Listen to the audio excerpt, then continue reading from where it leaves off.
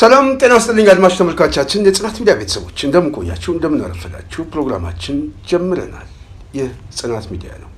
ጽናት ሚዲያ ሁሉ ጊዜ በመታነሳቸው ሐሳብ ላይ ከሚዲያችን ጋር በመሆን ያው የተለያዩ ሐሳቦችን በመከታተል ሐሳብ አስተያየት በመስጠት ሰብስክራይብ በማድረግ ሼር በማድረግ አጠቃላይ የጽናትን ሐሳብ ወደ ህዝባችን የምታስገቡ ወገኖቻችን ከልብ እያመሰገንን ሁሉ ጊዜ ፕሮግራማችን እንድትከታተሉ እንጠይቃለን። እንደዚሁም ጽናትን በማሳደግ ቁጥሯን የበለጠ ተደራሽ እንድትሆን ስለሚያግዘን ጽናትን ሰብስክራይብ ማድረጋችሁ እንዳትረሱ። እንደዚሁም ጽናትን መደገፍ የምትፈልጉ ጽናትን ለመደገፍ ከታች በተቀመጠው አድራሻ ጽናትን ማግኘት ትችላላችሁ፣ መደገፍ ትችላላችሁ። ሁሉ ጊዜ የምናነሳው ሐሳብ ነው። ይሄንን ካልን የጽናት ሚዲያ ቤተሰቦች ዛሬ እንደተለመደው የተለያዩ አጀንዳዎች ላይ እንወያያለን። በውይይታችን ላይ የምናነሳው ጽናት ሚዲያ የግል የምታየውን ፖለቲካዊ እይታ ነው የምናነሳቸው። ስለዚህ እስከ ፕሮግራማችን ፍጻሜ ድረስ አብራችሁ እንድትቆዩ በታላቅ አክብሮት እንጠይቃለን። የዛሬ ውይይታችን በዋናነት ቢቢሲ ያወጣው ሪፖርት አንዱ ይሆናል። በሌላ በኩል አንዳንድ ሰው ወደ ሚዲያ ብቅ እያሉ ነው። ከድሮ ፖለቲከኞች በዋናነት ትልቅ ስም ካላቸው ግን ያው በተለያየ መልኩ የተለያየ ሁኔታ ውስጥ የተሳተፉ ሰዎች ወደ ሚዲያው ብቅ እያሉ ነው። የፖለቲካ ፍላጎታቸውንም በተወሰነ መልኩ ፍንጭ እየሰጡ ነው። እንድምታው ምንድን ነው? ወዴት ለመሄድ ነው የሚለውን እንወያይበታለን። ግለሰቡስ ማን ነው ወይስ ማን ነች ለሚለውም ያው መልስ ታገኛላችሁ ብዬ ተስፋ አድርጋለሁ። ከዚሁ ጋር በተያያዘ በተለይ የአማራ ፋኖ ብሔራዊ ንቅናቄ በቀጣይ ሊሰራቸው ከሚገባቸው እንቅስቃሴዎች ላይ በተወሰነ መልኩ አንዳንድ ሀሳቦች ላይ እኛ የሚታየን ሀሳብ ወደ እናንተ እናደርሳለን። ይሄ ሀሳብ የግል ሀሳባችን ነው። ይሄ ሀሳብ የማንም የሚወክል ሀሳብ ሳይሆን ይጠቅማል የምንላቸውን ሀሳቦች ሁሉ የማጋራት ሀሳቦችን መወያየት የግድ ኃላፊነት ስላለብን ነው። ስለዚህ እስከ ፕሮግራማችን ፍጻሜ ከተከታተላችሁ እነዚህን ፕሮግራሞች ማዳመጥ መከታተል ትችላላችሁ። ሀሳብ መስጠት ትችላላችሁ፣ መተቸት ትችላላችሁ። እንደዚሁም ጥያቄ ካላችሁ ጥያቄዎቻችሁንም ለጽናት በተለያየ መልኩ ማቅረብ ትችላላችሁ። ይሄን ካልኩኝ የጽናት ሚዲያ ቤተሰብ ዋነኛው ወይም የመጀመሪያው ጉዳይ ቢቢሲ አንድ ሪፖርት አውጥቷል። በተለይ የአዲሱ የተቋቋመው የአማራ ፋኖ ብሔራዊ ንቅናቄን አስመልክቶ ቀደም ሲል ከውህደቱ ጋር በተያያዘ የተለያዩ ሀሳቦችን ያካተተበት እንደዚሁም የአማራ ቁመናና የመጨረሻው የኃይል አስተላለፉ ላይ ትንተና ነው። ጥናታዊ ጽሑፍ የተደረገበት ትንተና ነው። እዚህ ጉዳይ ላይ አርበኛ አስረስ አብሮ አያይዞ የሰጠው ሀሳቦችም ተካተውበታል። ሰፊ መጣጥፍ ነው። በዚህ ጉዳይ ላይ በዋናነት እኔ በፍሬ ሀሳቡ ጉዳይ ላይ ሳይሆን በዜና አቀራረቡ ላይ ቢቢሲ ያወጣበት የዜና አዘጋገብ እንድምታው ምን ፈልጎ ነው የሚለው ትንሽ በተወሰነ መልኩ ስላስገረመኝ ነው። ከዜናው ስንጀምር በዋናነት ዜናው የሚለው በአርበኛ ዘመነ ካሴ የሚመራው አፋባሃ ነው። ያው አፋባህን ነው የጠቀሰው። እንደዚሁም በአርበኛ እስክንድር የሚመራው አፍአድ የሁለቱ ውህደትን አስመልክቶ ነው ዜናው መግቢያው የሚናገረው። በዋናነት ሁለት ድርጅቶች ሁለት የተለያዩ አመራሮች ናቸው። ግን ቢቢሲ ያወጣበት እንድምታው ከራሳቸው ፍላጎት አኳያ እንደሆነ ቢገባኝም ቀጥተኛ ትርጉሙ ግን ሌላም መልእክት ሊያሰጠው ስለሚችል እኔ ትልቅ ሚዲያ በዚህ ደረጃ ለምን ጻፈው የሚለው ስላስገረመኝ። ምክንያቱም ቢቢሲ በጣም ትልቅ ሚዲያ ነው። በተለይ ነገሮችን አጣርቶ በደንብ ገምግሞ የተለያዩ መረጃዎችን ያወጣል ተብሎ የሚታሰብ ነው። ግን እሱ ብቻ ሳይሆን ውግንናም ያላቸው ሰዎች አሉ። ያው በግለሰብ ደረጃ እዛ ውስጥ ደግሞ ከስርዓቱ ጋር በተወሰነ መልኩ ውግንና ያለው እንድምታዎችን የሚያንጸባርቅ ፍላጎቶችም ስላሉ ከዛ ፍላጎቶችም የመጣ ሰበዝስ ቢሆን የሚል ነገሮችን ማየት ስለፈለኩ ነው። የሆነ ሆኖ ውህደቱ የሁለት ድርጅቶች ፍላጎት ብቻ ሳይሆን የህዝቡም የሰራዊቱን ፍላጎት ስለሆነ ነው ውህደቱ የተሳካው። ይሄን ውህደት በማሳካት የተለያዩ ገፊ ጫናዎችም ነበሩ። በተለይ ሚዲያው፣ ህዝቡ፣ ውጭ ያለው ደጋፊ ማህበረሰብ፣ ዓለም አቀፍ ኮሚኒቲው፣ የተለያዩ አጋር አካላት፣ በጣም ብዙ ባለድርሻ አካላት በዚህ ውህደት ላይ ገፊ የሆነ ሀሳቦችን ስለሚያንጸባርቁ ይሄ ውህደት አስፈላጊነቱ ምንም ጥያቄ የለውም። ቢቢሲ ግን በዋናነት አርበኛ ዘመንን ጠቅሶ የሚመራው አፋብኃን ሲል እንድምታው አፋብኃ መሪ ነበረው ወይ? 13 የሴንትራል ኮማንድ አባላት ያሉት ድርጅት ነው አፋብኃ። መሪ እንኳን አልሰየም። ስለዚህ ውህደት ሲያደርግ እንደ አፋብኃን በተለይ የአማራ ፋኖ ብሔራዊ ኃይል ሴንትራል ኮማንዱ ነው እንትን ያለው። ስለዚህ ሁለተኛ ሁለቱም የሚመሩበት የድርጅት መዋቅርና የድርጅት ኃላፊዎችን መጥቀሱ አስፈላጊ መስሎ አልታየኝም። ለምን የሚለው በዛ በኩል ሌላ መልእክት ለማስተላለፍስ ቢሆን የሚለው ስላስገረመኝ ነው። እንድምታው ዋናው ጉዳይ ከዜና አቀራረቡ አኳያ ነው እንጂ ከውህደቱ አኳያ አይደለም። የውስጡ ያለው ፍሬ ነገር ትንተና አይደለም። ውስጡ ያለው የፍሬ ነገር ትንተና ብዙ ሀሳቦችን አንስቶበታል። ዋነኛው ጉዳይ ግን ካቀራረቡ አኳያ እኔ ቢቢሲ በትክክል የዘገበው አይመስለኝም። ከላይ ያለችውን የዜና አዘጋገብ የሁለት ድርጅቶችን ስም ጠርቶ ተዋህደዋል፣ አበቃ።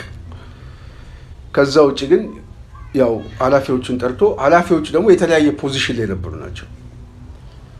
አርበኛ ዘመንን ግን በዛ ቦታ ላይ የሚመራው ድርጅት አድርጎ ቢቢሲ ሲዘግብ እዛ በድርጅት ውስጥ ያሉ ሰዎች ሊፈጥሩት የሚችሉት የተለያዩ ሁኔታዎችን ከግምት ያስገባ አይመስለኝም እንጂ ችግር ኖሮት አይደለም። ምንም ግን ሀሳቡ ግን ለምን ተፈለገ የሚለው አንዳንድ ጊዜ በትናንሽ አድርገን የምናያቸው ነገሮች ሁሉ ስንጥቃት ለመፍጠር አንዳንድ አጀንዳዎችን ለመፍጠር የተለያዩ እጆች ሊጠቀሙ ይችላሉ፣ የተለያዩ ኤጀንቶችን ሊጠቀሙ ይችላሉ። ይሄ የአንዳንድ ጊዜ የጠላትን ፍላጎት መገምገም ያስፈልጋል ብዬ አስባለሁ። ለማንኛውም ሁለቱም ድርጅት ሲዋሃዱ ውህደት በባህሪው መቅሰም ነው። የራስን ህልውና አክስሞ በአንድ ህልውና፣ በአንድ ስም፣ በአንድ ማቴሪያል፣ በአንድ አመራር መጠቃለል ማለት ነው።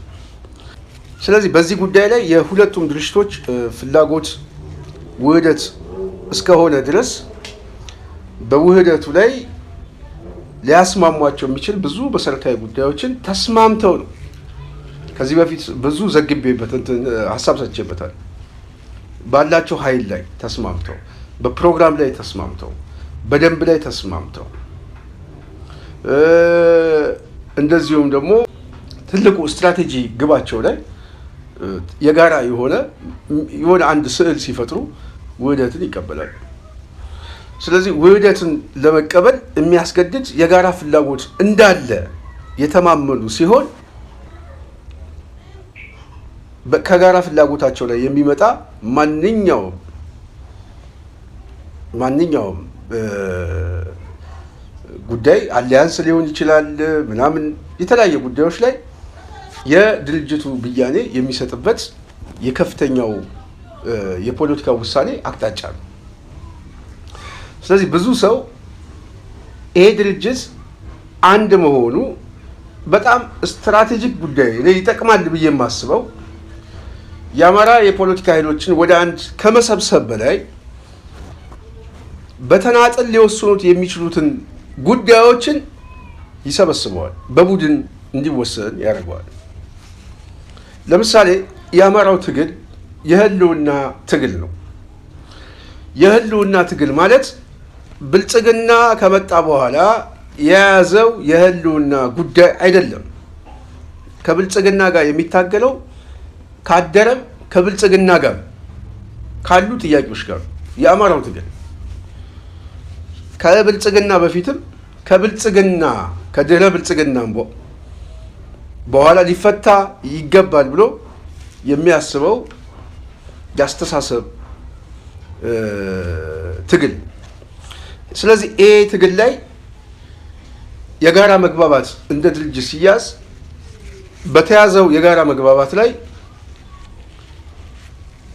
በትብብር ደረጃ አብረን እንሰራለን ሲሉ የአማራ ፋኖ ብሔራዊ ንቅናቄ ከዚህ ጥቅሞቹ አኳያ የሚቀዳ አሰላለፍ እስከሆነ ድረስ ይሄኛውንም የጋራ ስምምነት እስካለ ድረስ ምንም ችግር አለው ብዬ አላስብም። ለምሳሌ ብዙ ሰው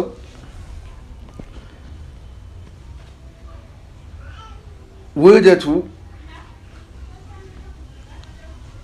የተለያዩ ሀሳቦችን የሚያመጡ ሰዎች አሉ። ይሄ ከውህደቱ ጋር የተገናኘ ጉዳይ ሳይሆን ውህደቱ ካለቀ በኋላ የኃይል አሰላለፍ ላይ ለምሳሌ አማራው ከህወሓት ጋር አንድ የኃይል አሰላለፍ አንድ ግንባር ይዞ ቢመጣ የኃይል ብልጫ ይወስዳል ብለው የሚያስቡ ሰዎች እንዳለ ሁሉ አይ ከህወሓት ጋር የአማራው ኃይል የሚሰለፍ ከሆነ በቀነት የሚያነሱት ነው የምነግራቸው። ከህወሓት ጋር የሚሰለፍ ከሆነ የህልውና አደጋ አለብኝ ካለበት ወደ ኋላ ተመልሶ አሊያንስ ሲፈጥር የህልውና አደጋው ጥያቄ ውስጥ ይገባል። የመርህ ጥያቄ ይነሳበታል። የስልጣን ጥያቄ ነው ያለህ እንጂ የህልውና ጥያቄ የለህም። ምክንያቱም የስልጣን ጥያቄ አነሳህ። በስልጣን ጥያቄ ላይ ፖለቲካዊ ትንተናዎች የተሳሳቱ ናቸው። ከህልውና ከሰርቫይቫል ጋር ራስን ከማዳን ጋር ምናምን ጋር የሚገናኝ ሀሳብ አይደለም ያለ የሚል መከራከሪያ የሚያነሱ ሰዎች አሉ። በሌላ በኩል ደግሞ አይ የህልውና አደጋ አለብኝ፣ ግን የህልውና አደጋው በዋናነት የምፈታው እኔ ብቻ ሳልሆን ከሌሎች ህዝቦች ጋር አብሬ ተሰባስቤ ይህንን ስርዓት ካሸነፍኩ በኋላ በህልውና ላይ የህልውና አደጋ ላይ የጋራ መግባባት ውስጥ እንገባለን። ይህንን ማስቀረፍበት የኃይል አሰላለፍ ውስጥ እገባለሁ። ለዛም አቅም አለኝ። ስለዚህ እኛ ራሳችን ችለን መደራጀት በዋናነት የሚያስፈልገን ትግሉን በራሳችን ቁመና ለመጨረስ ሳይሆን ከጨረስነውም በኋላ ከሌሎች ጋር ተባብረን ስርዓተ መንግስት ስለምናቆም በምናቆመው ስርዓተ መንግስት ላይ ብቻችን እንደማንወስን ሁሉ የሌሎችም ውሳኔ የግድ እንደሚሆን ሁሉ በጋራ የትግሉ ትብብር ላይም የጋራ ብያኔ ብንይዝ ችግር የለውም። ስለዚህ መተባበር አለብን።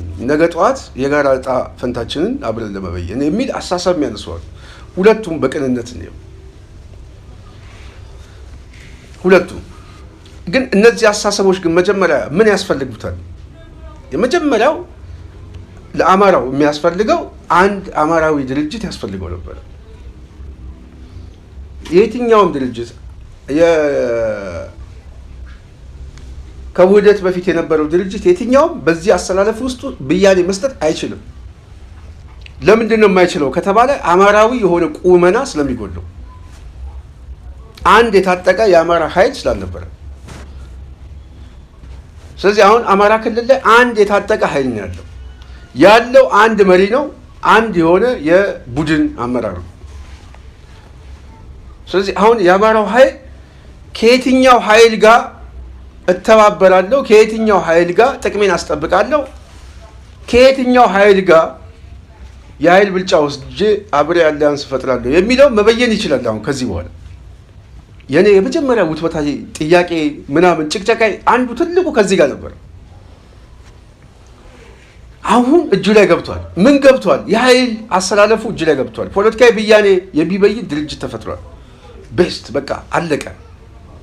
ለዚህ ነው ይህን ድርጅት ከነ ጉድለቱም ቢሆን ይህን ድርጅት እየደገፍንም ቢሆን እየተቸንም ቢሆን እድል እየሰጠናቸውም ቢሆን መደገፍ አለብን ብዬ በጣም ማስበው ለዚህ። ስለዚህ ቅድም ያነሳሁት ሁለት አመለካከቶችን መፍታት የሚችል መሳሪያ ተገኝቷል፣ እጃችን ላይ ገብቷል። ምን ተቋም? ይሄ ተቋም መሪ አለው። ይሄ ተቋም የቡድን ውሳኔ የሚሰጣለው፣ ምክር ቤት አለው፣ ጠቅላላ ጉባኤ አለው፣ ሊቀመንበር አለው፣ ስራ አስፈጻሚ አለው፣ የዘርፍ ተጠሪዎች አሉት። ይሄ አጀንዳ ይመጣል ለስራ አስፈጻሚ። ይሄ አጀንዳ የሚወያዩበት አጀንዳ ነው። ይሄ አጀንዳ ድርጅቱ በጣም ትንተና የሚሰጥበት ነው። ትላንትና ጄኔራሉ ፍንጭ ሰጥተዋል።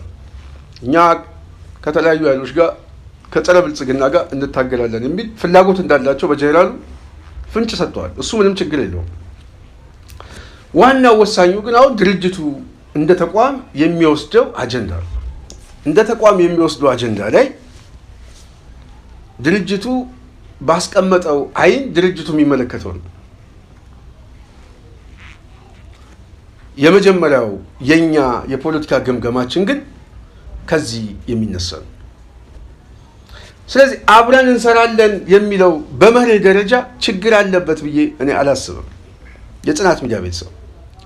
ምክንያቱም የምንታገለው ሰዋዊ የሆነ አመለካከት ይዘን መለኮታዊ አይደለም። የምንታገለው መንግስት ሰማያት ለመግባት አይደለም። የምንታገለው የፖለቲካ አስተሳሰባችን የህልውና ትግል የሚለው ራሱ ፖለቲካ አስተሳሰብ ነው። ሰው የጻፈው አስተሳሰብ ነው። ሰው ያመጣው መዋቅራዊ አስተሳሰብ ነው እንጂ መለኮታዊ ምናምን እንደ ዝናብ በጉም በደመና የወረደ አይደለም። ስለዚህ የተዘጋ ምዕራፍ የለም በፖለቲካ ሎጂክ ላይ በፍጹም በቃ በከዚህ ጉዳይ ላይ እጄን ታጥብ ያለው ከደሙ ንጹህ ነኝ የምትልበት ነገር የለም። ሰው የጻፈውን ህገ መንግስት ለመቅደድም ከሰው ጋር ትተባበራለህ። ያልተጻፈውንም ለመጻፍ ከሰው ጋር ትተባበራለህ። ምንም ችግር የለውም። ስለዚህ ፖለቲካዊ ብያኔ ስንሰጥ ከዚህ ተነስተን ህወሓትም መንግስት ነበረ፣ ህገ መንግስቱን ጽፏል፣ አማራውን የህልውና ትግል ውስጥ ከቶታል ምናምን። እሱ ለፖለቲካዊ በሚጠቅመው መልኩ የራሱን የሆነ ተቋማዊ አደረጃጀት መስርቷል። አሸናፊ ስለነበረ ያንን አሸናፊነት ለማስቀጠል የሄደበት መንገድ ነው። ተሸናፊው ኃይል ተሸንፍ ያለው ብሎ ባመነበት ጊዜ በባነነበት ጊዜ ወደ ትግል ሲገባ 1 2 3 ብሎ ያስቀመጣቸው አደጋዎቹ የህልውና አደጋዎች ናቸው። ዋናው ጥያቄ ይሄንን የህልውና አደጋ ፖለቲካዊ አደጋዎች ናቸው። እነዚህ የህልውና አደጋ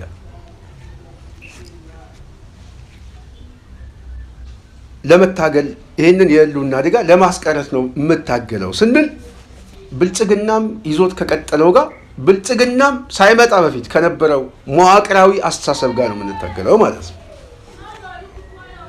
ስለዚህ በአስተሳሰብ ደረጃ ብልጽግናን የምንታገለው አስተሳሰቡ መዋቅርም ነው፣ አስተሳሰቡ ህግም ነው። ስለዚህ ይሄንንም እንጥለዋለን ብለን ስናስብ ራሱ አሁንም ብልጽግና ሌሎችም የህልውና አደጋ ሆኖባቸው መጥቷል። ትናንት የህልውና አደጋ አድርሰውብናል የሚል የፖለቲካ ልሂቅና አስተሳሰብ በራሱ ላይም የህልውና አደጋ ብልጽግና ሆኖበታል። በአማራው ላይ የህልውናው አደጋ እየከፋ የመጣው የብልጽግና ሁሉን አቀፍ እርምጃ ከዚህ በፊት የነበረው ሲስተማቲክ የሆነ ከፖለቲካው የማግለል ሲስተማቲክ የሆነ ከተቋም የማግለል ምናምን ነገር ነው። ሲስተማቲክ የሆነ የቁጥሩን ፖፑሌሽን መቀነስ፣ የበጀት ክፍፍል ላይ በተመሳሳይ ከቢሮክራሲው ከስቴት ማሽኑ አፈንግጦ የሚወጣ የህልውና አደጋ ተቋማዊ ነው፣ ስርዓታዊ ነው። የብልጽግና የህልውና አደጋ ግን አንድ እጅ ከፍ ብሏል። ተቋማዊና ስርዓታዊ ብቻ ሳይሆን የኃይል እርምጃም የሚወሰድበት ነው። ወታደራዊ የኃይል እርምጃ ወሏል፣ አሳድጎታል። ስለዚህ አማራው የህልውና አደጋ አለብኝ ሲል ተቋማዊ ብቻ አይደለም፣ ስርዓታዊ ብቻ አይደለም፣ የመጥፋት አደጋ አለብኝ ሲል በግልጽ በወረራ በኃይል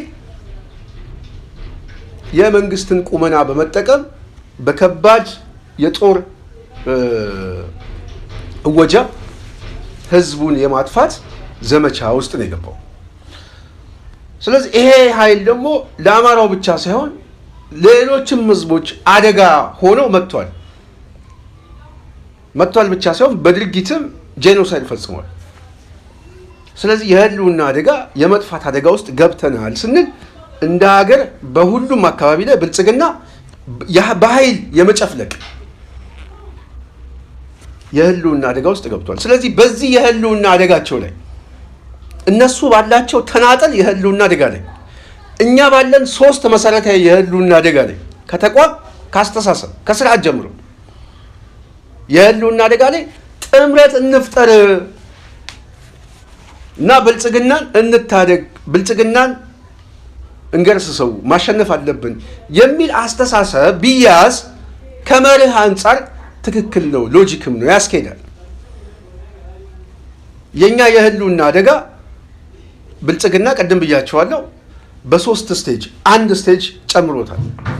የኃይል እርምጃ ሁሉ ወደ መጠቀም ሄዷል።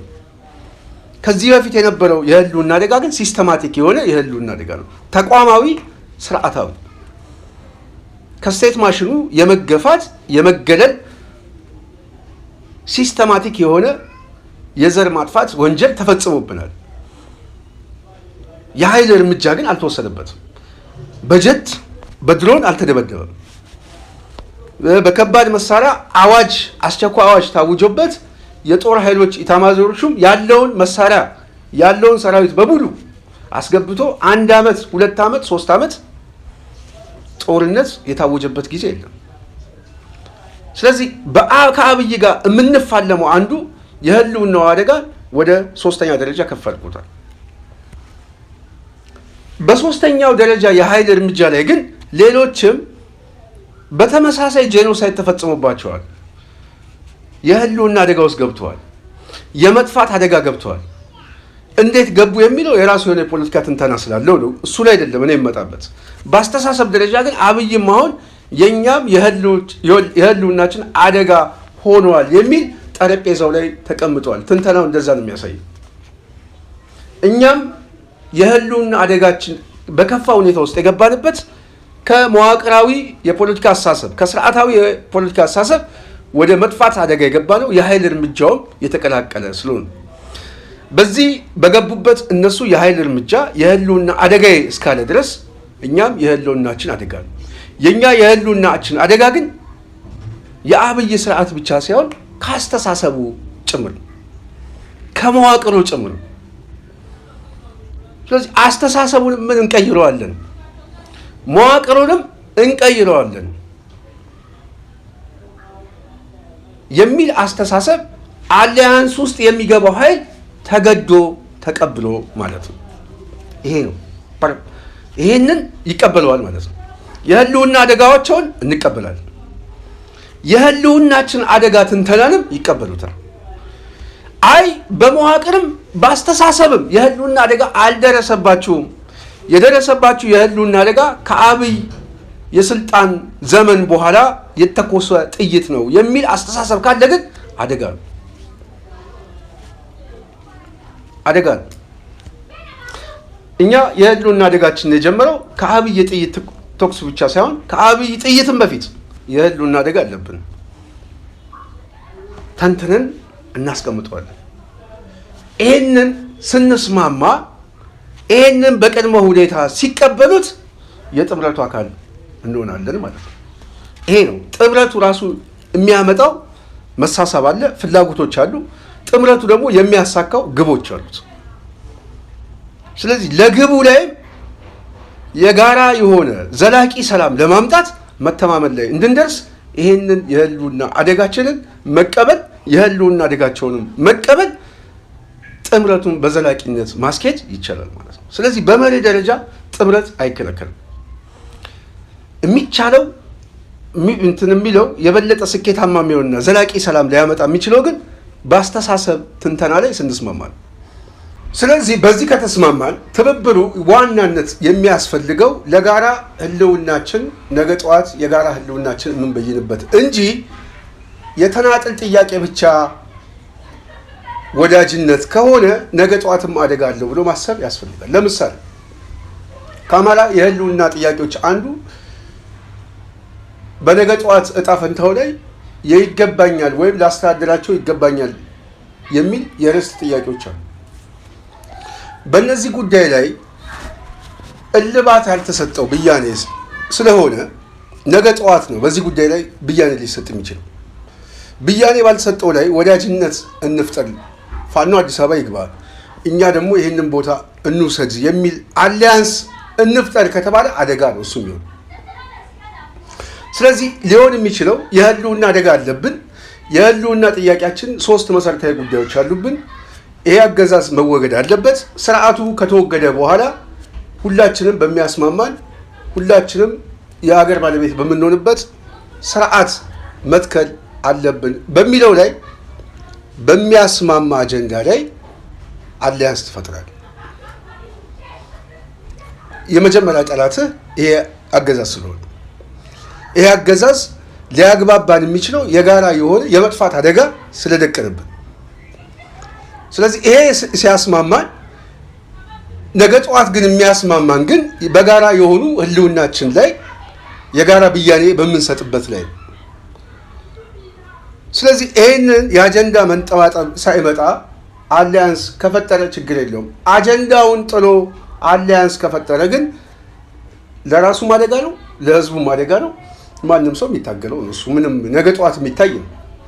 ነገ ባልታየ ሁኔታ አጀንዳውን አደባባይ ላይ ባላመጣበት ሁኔታ ግን በግምትና በይሆናል ብቻ ብያኔ ሰጥቶ ማውገዝና መቃወም ተገቢ አይመስለኝም። ተቋምን እንድናጣ ምክንያት ስለሚሆን እድል መስጠት፣ መደገፍ፣ ሀሳብ መስጠት፣ አጀንዳዎቻችን ከፊት እንዲሸጡልን መግፋት፣ የአጀንዳ መንጠባጠብ ሲያመጡ መቃወም፣ ከአጀንዳ መንጠባጠብ ውጪም ደግሞ ህልውናውን በጊዜያዊ የስልጣን ፍላጎት ብቻ መተካትም ከሆነ ደግሞ ማውገዝ ሊቻል ይችላል እና ይህንን ማሰብ የግድ ያስፈልጋል ማለት ነው። ስለዚህ ጀነራሉ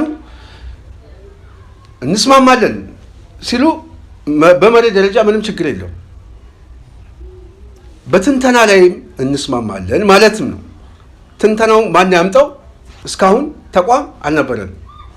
ስንጫው የነበረ አፋሕድ ማምጣት አይችልም፣ አፋብኃም ማምጣት አይችልም፣ ይሄንን ማምጣት አይችልም።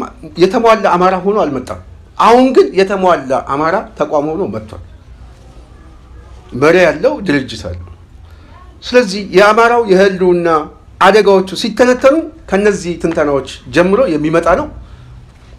አሊያንሶቹም ሲመጡ ከነዚህ ትብብሮች አብሮ የሚቀዳ ነው። ከነዚህ ትብብሮች የማይቀዳ አሊያንስ ግን ከሆነ ነው አሊያንስ ከሆነ የሚመጣው በጠላቴ ጠላት ወዳጄ ላይ እንተባበር የሚል ነው የሚመጣው። ስለዚህ በጠላቴ የጠላት ወዳጄ ላይ እንተባበር አስተሳሰብ ከመጣ የህልውናችን አደጋ ትንተናው ወደኋላ ይጎትተዋል ማለት ነው። ከዛ በኋላ ከሌሎች ጋር የምናደርገው ትብብር የጠላቴ ጠላት ብቻ ከሆነ ነገ ጠዋት በጋራ ችግራችን ላይ ትላንት ባደረው ችግራችን ላይ ላንስማማ ስለምንችል የግጭት አሰላለፍም ሊፈጥር ይችላል ወደፊት። ይሄ ግጭት አሰላለፍ ደግሞ አደጋም ይዞ ሊመጣ ይችላል። ምን አይነት አደጋ አይታወቅም። ነገ ነው የሚተነተነው። ነገ ለመተንተን ዛሬ ማስቻል ግን አይቻልም። ግን ለነገ ግን ይዞ የሚመጣ አደጋ ግን ተሸክሞ ወደ ነገ መሄድ ደግሞ የኛ የደካማ የትንተና አድማስ ሊሆን ይችላል። ስለዚህ ወደ ነገ ስንሄድ በነገው ላይ እንቅፋት ይዞ እንዳይመጣ የችግሮቻችን ሐሳቦች የትንተና ሐሳቦች ላይ የምንፈጥረው የጋራ መግባባትና የምንፈጥረው የጋራ የቃል ኪዳን ጉዳይ ለነገ ዘላቂ ሰላም ይዞ ይመጣል።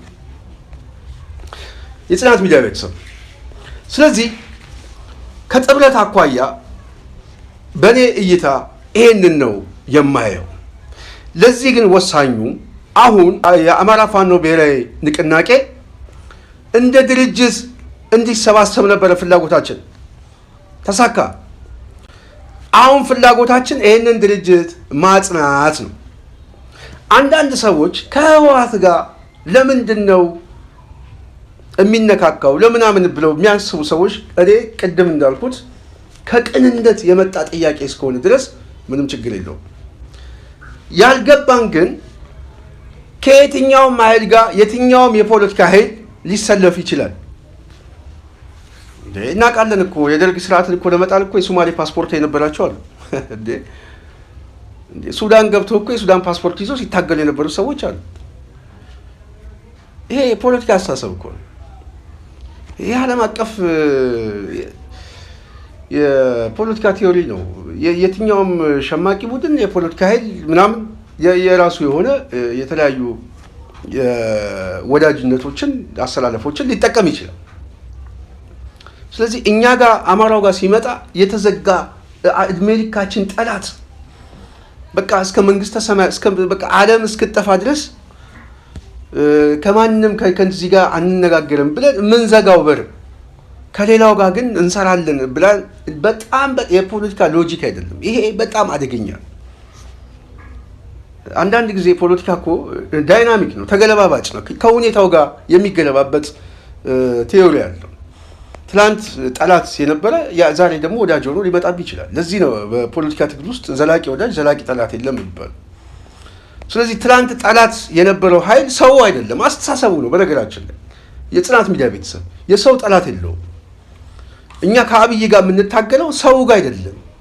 ይሄ በፖለቲካ መነጽራችሁ ምናልባት የተሳሳተ ግምት ውስጥ እንዳትገቡ። የምንታገለው ከአስተሳሰቡ ጋር ነው። የምንታገለው በአስተሳሰብ ካደራጀው መዋቅርና ሰራዊት ጋር ነው። በአስተሳሰብ ስናሸንፈው ሰራዊቱ አካሉንም መሳሪያውንም ይዞ መጥቶ ጠላትን ሂደህ ተዋጋ ሲባል እነሱማ እንደውም ወዳጅ ናቸው ብሎ ይቀላቀላል፣ ወደ ትግሉ ይቀላቀላል። ስለዚህ ትግሉና ጦርነቱ ያስተሳሰብ ትግል ነው። እኛ የምንታገለው በተመሳሳይ ያስተሳሰብ ትግል ተሸናፊ አድርጎን ነው። ይህንን ወደ ቦታው ለመመለስ ነው የምንታገለው። ስለዚህ በአስተሳሰብ ተሸናፊ ያደረገን ሰው ጋር ተሸናፊ ባደረገን አስተሳሰብ ላይ እሱ ደግሞ ጥፋተኛ በሆነበት አስተሳሰብ ላይ ተጸጽቶ ወይም ተመልሶ ከመጣ አብረን ልንሰራ እንችላለን፣ ምንም ችግር የለውም።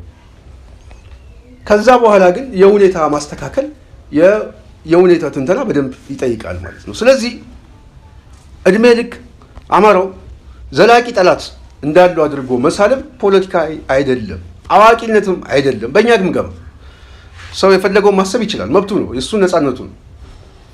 ግን በፖለቲካ ቀኖና ውስጥ ግን እስከ ምጽአት ድረስ አንገናኝም ምናምን የሚል መሀከላችን ላይ የቀይ ባህር ውቅያኖስ ያለ የፖለቲካ አስተሳሰብ እኔ የለም፣ ሰምተንም አናውቅም በቴዎሪ ደረጃ ምንም። ስለዚህ አንዳንድ ጊዜ እንትን መሆንም ያስፈልጋል፣ የሁኔታ ትንተና መስራትም ያስፈልጋል። ስለዚህ እኛ አሁን ችግራችን ከህዝብ ጋር አይደለም፣ ችግራችን ከተወሰነ የሊቃን ቡድን ጋር አይደለም፣ ችግራችን ከአስተሳሰብ ጋር ነው። አስተሳሰቡ ደግሞ ትክክለኛ አስተሳሰብ። አማራው የተነሳበት ኮዝ አለው። የተነሳበት ኮዝ የሚያንጠባጥብበት ምንም አይነት ሎጂክ የለው። ምንም ከማንም ጋር አሁን የተቋቋመውም ድርጅት ብሔራዊ ንቅናቄው ዋናው አስፈላጊ የሆነው አማራውም የሚደግፈው አማራው የተነሳበትን ኮዝ እንዲያስፈጽምለት ነው። አለቀ በቃ። ይሄ አልፋና ኦሜጋው ነው። ከዚህ አስተሳሰብ የሚነሳ ወዳጅነት ይፈጠራል። ከዚህ አስተሳሰብ የሚመጣ ትብብር ፖለቲካዊ ብያኔ ይሰጥበታል። ዋናው የሚያስፈልገው አማራው ከህልውና አደጋ ነፃ የሚወጣበት እስከሆነ ድረስ ይሄ አስተሳሰብ ነገ ጠዋት ሲያሸንፍ አማራው ምንድነው መሰረታዊ ችግሩ? ስርዓታዊ ነው፣ መዋቅራዊ ነው። ይሄ ከሌሎች ጋር ብያኔ ተሰጥቶት ወደ ዘላቂ የሰላምና የእፎይታ ጊዜ ውስጥ የሚገባበትን ሁኔታ እናመቻቻለን፣ እዛ ውስጥ እንገባለን ማለት ነው። ስለዚህ በዛ ሁኔታ መታሰብ አለበት። የጽናት ሚዲያ ቤተሰብ አዲሱ ድርጅት እኔ በተወሰነ መልኩ ትንሽ ሀሳብ ልስጥና ይሆናል ብዬ የማስበው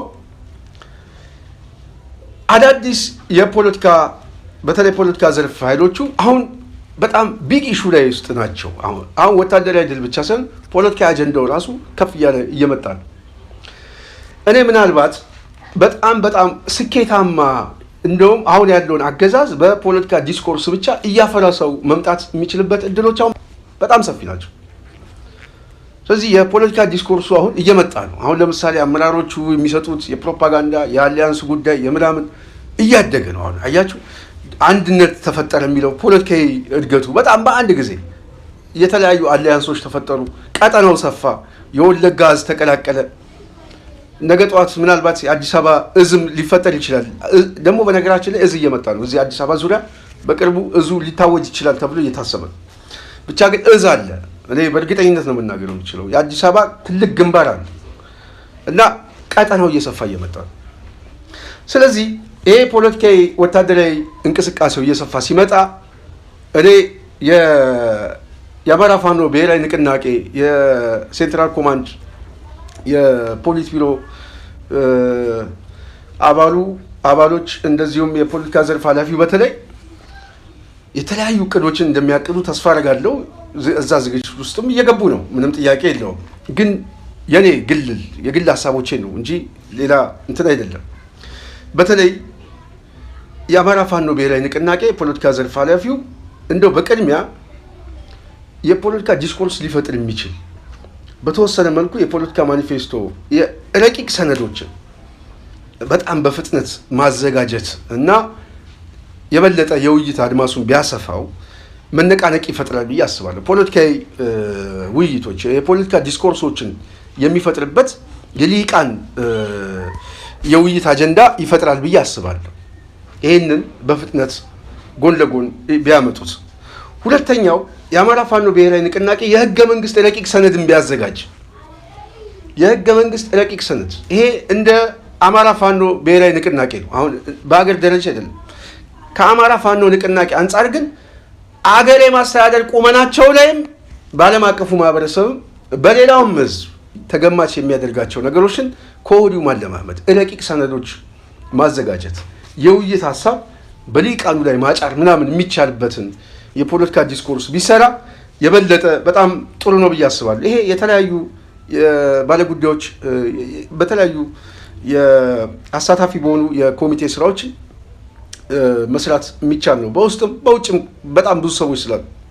ሶስተኛው የሽግግር ምክር ቤት እንዲመሰረት ቢያመቻች፣ በተለይ ደግሞ ከታጠቁት ኃይሎች ጋር አሊያንስ ከሚፈጥሩት ለምሳሌ አሁን የጋምቤላ ነፃ አውጪ ምናምን ሌሎችም እንደዚሁ አፋር አካባቢ ያለው ምናምን እየተሰባሰበ ነው። ይሄ የሽግግር ካውንስል የሚመሰረትበት የፖለቲካዊ ዲስኮርስን ቢሰሩ የራሱን የቻለ አንድ የሽግግር ምክር ቤት እየተፈጠረ እንደሆነና ወደፊት አሳታፊ የሆነ ሌሎችንም እየቀላቀለ እንደሚመጣ ቢሰራ በጣም ብልጽግና በፕሮፓጋንዳ እያፈረሰው ከወዲሁ ይመጣል ብዬ አስባለሁ። ስለዚህ የሽግግር ምክር ቤት እንዲመሰረት እነዚህ ታጣቂ ኃይሎችም የተለያዩ ባለጉዳይ አካላትንም በተለይ የአማራ ፋኖ እንደ አንድ ሚና እንዳለው ትልቅ ኃይል እና የሻዶ መንግስት ነው። አሁን እኮ መንግስት ሆኗል እኮ በነገራችን ላይ። ስለዚህ ይሄንን ማለማመዱ ተተኪው መንግስት ግዙፍ እየሆነ እየመጣ እንደሆነ በደንብ ብልጽግናን በዜሮ የሚያስወጣውና በአጠቃላይ ስርዓቱን የሚያፈራርሰው ዲስኮርስ ነው ብዬ አስባለሁ። ለዚህ ደግሞ የጋራ መግባቢያ ረቂቅ ሰነድ በጊዜያዊነት ማዘጋጀት ቢችሉ እነዚህ በተለይ የሽግግር ኃይሎች የሚባሉት የበለጠ ውጤት ያመጣዋል ብዬ አስባለሁ። ሌላው አራተኛው የሽግግር የጸጥታ ደህንነት ክፍል የጊዜያዊ መንግስቱ የሚቀጥለው ደንብና መመሪያዎችን ቢያዘጋጅ፣ ይሄ አሁን ቅድም ያልኳችሁ ደግሞ ካውንስሉ ማለት ነው።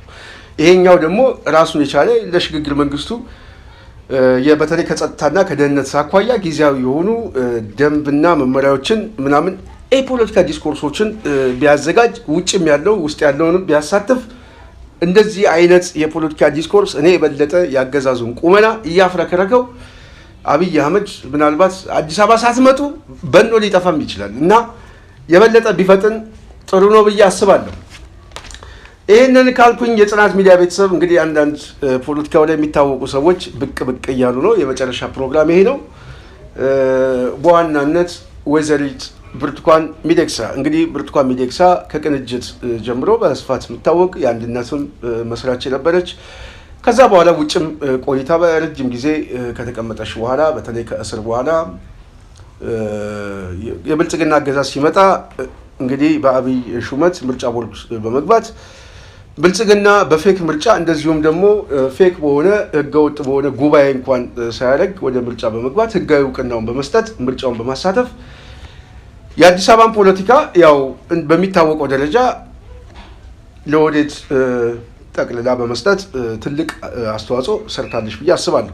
ብልጽግናን ከመደገፍ አሁን ወይዘሪት ብርቱካን ሚደቅሳ ወደ ፖለቲካው መድረክ ለመምጣት ፍላጎት እንዳላት አንዳንድ ምልክቶች እየተሰሙ ነው።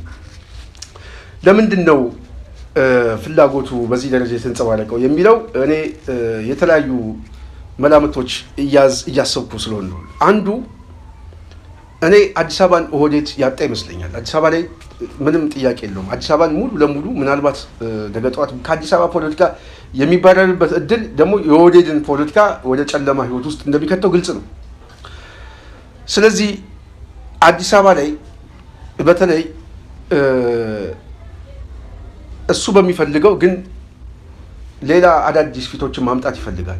ለአዲስ አበባ ቀጣይ ፖለቲካ ወይዘሪት ብርቱካን ሚደቅሳን የታጨች ትመስለኛለች እና ከወዲሁ የገጽታ ግንባታዎችን፣ የሚዲያ ስራዎችን፣ የፖለቲካ ማለማመድ ስራ ውስጥ እንዳለች ነው አንዳንድ መረጃዎች የምሰማው። ስለዚህ ይሄ ፍላጎት የመጣው በተለይ አዲስ አበባን እያጡት ስለሆነ በብርቱካን በኩል አዲስ አበባን ለመያዝ የአዲስ አበባ ተወላጅም ስለሆነች በተለይ ፈረንሳይ አካባቢ ያደገች ነች። ቀበሌ 11 ብርቱካን ትታወቃለች ምናምን። ግን ያው ከዚህ በፊት የነበረ ውለታና ፌቨርም ስላለ አሁንም አዲስ አበባ ላይ ቀጣዩን የአዲስ አበባ ከንቲባ ለማድረግ ኦህዴድ ፍላጎት እንዳለው እየተሰማ ነው።